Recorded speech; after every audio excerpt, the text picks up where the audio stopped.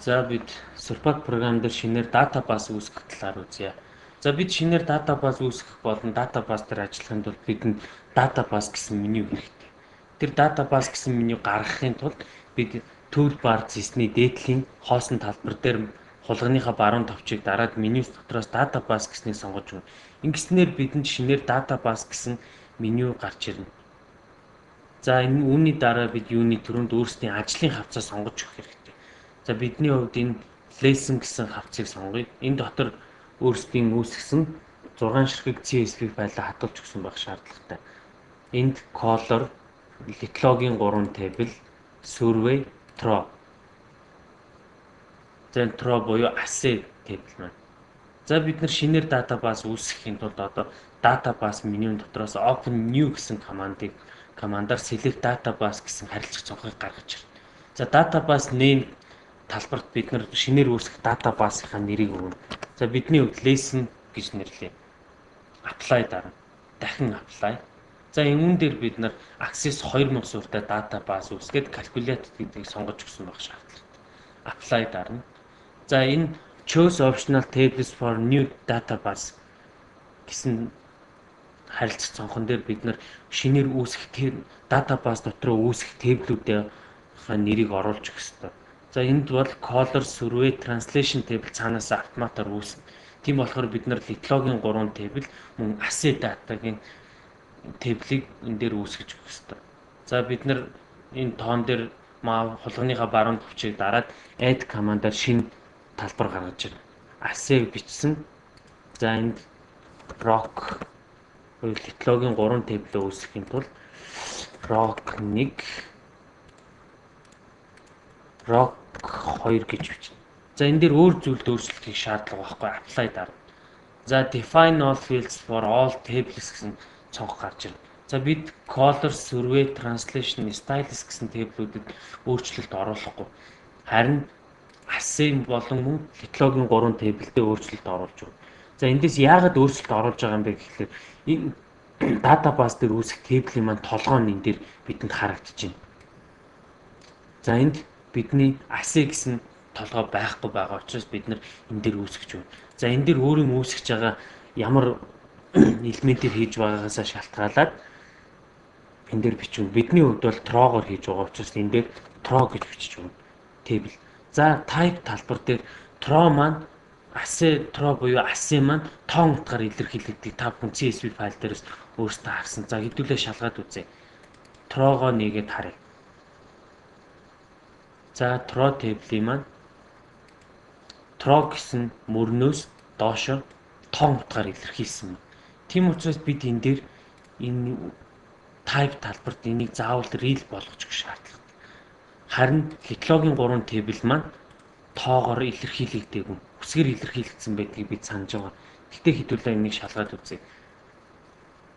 За rock гэд доошо үсгээр илэрхийлэгдсэн байна тийм үү. Тийм учраас бид нар энийг character гэснээр нь байлгана. Энийг солих шаардлага байхгүй. За харин энэ дээр толгой байхгүй байгаа учраас бид нар мөн адил энэ дээр толгой оруулж өгнө. Rock. За rock 1 дээр мөн адил. Rock 1, rock 2 дээр мөн адил. Rock 2. За ингээд бид apply дарна. Ингэснээр бидний шинэ database маань үүсэж байна. Энд үүссэн байгааг бид харж байна. За энэ database маань одоо хоосон байгаа. Бид нар энэ database шинээр CSV файлуудаа болон мөн CSV файлаа татаж оруулж өгөх хэрэгтэй. Ингэснээр database маань мэдээлэлтэй болно. За мэдээлэлтэй болохын тулд бид нар database менюнээс import data гэсэн командыг өгнө. За ингээд бид нар энийг өөрчлөхгүй apply дараад дахин apply. За энэ харилцах цонхноос бидэнд дата шинээр үүсгэж байгаа database дотор ямар table байх вэ гэдгийг сонгож өгнө. Бидэнд translation table байхгүй. За энийг бойлуулах нь байна. Stylus table байхгүй. Энийг бойлуулна. Харин color болон survey, assay, rock 1, rock 2 тэблүүд байгаа учраас бид нар энийг өөрчлөхгүй apply дарна. За энэ дээр бид нар тэблийн толгойнуудыг эндээс харж болно. За color дээр маань hall ID, YXZ гэсэн 3 цэгийн координат, max дээр hall path гэсэн юмд бид нар CSV файлтаа хийж өгсөн. Тийм учраас энэ дээр бол өөрчлөлтийг шаардлагагүй. Энэ бол цаанаас автоматар өгөгдөж байгаа. Тийм болохоор бид нэр энэ өгөгдөлт баригддаг учраас CSV файлыг тэгж заавалжгүй ийм одоо эндээс бид нар харъя л да color table дээр маань заавал hall ID Y X Z max дээр pat гэсэн ийм дараалтаа хийж өгч байгаа. Мөн бусад тэблүүдийг ийм дараалалаар өөр юм гэсэн ийм дараалалаар хийж өгч байгаа. Тийм учраас бид нар тэрэн дээрээ зөв дараалтаа хийсэн бол энэ дээр одоо өөрчлөлтийг шаардлага байхгүй. Дахин apply дараа. За одоо энэ харилцах зохион дээр бид нар өөрсдийн харгалзах газарт нь CSV файлуудаа сонгож. За color дээр мэдээж color, survey дээр survey, assay дээр assay буюу throw. Бид одоо throw-гоор хийж байгаа учраас throw-г зааж өгнө.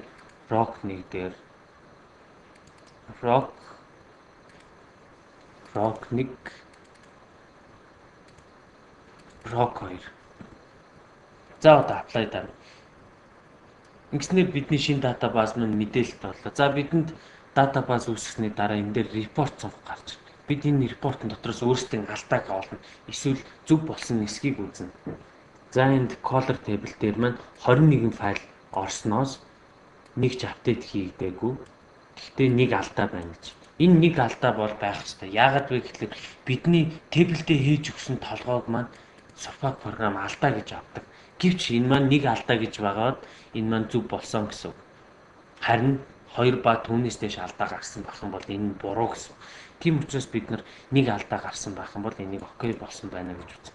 За бусдын шалгаж үзье. Survey дээр маань алдаа гараагүй байна. Throw дээр маань алдаа гараагүй. Технологийн 3 тэблээр маань нэг алдаа. Энэ бол алдаа гараагүй гэсэн. За бидний датабаз амжилттай холбогдлоо гэсэн. За бид датабаз амжилттай холбогдсон хэсгийг шалгаж үзье. За display drill holes. За шууд apply. Дахин apply дараа. За цаанагуд маань гараад ирлээ. За ингээд бидний датабаз амжилттай холбогдсон байна.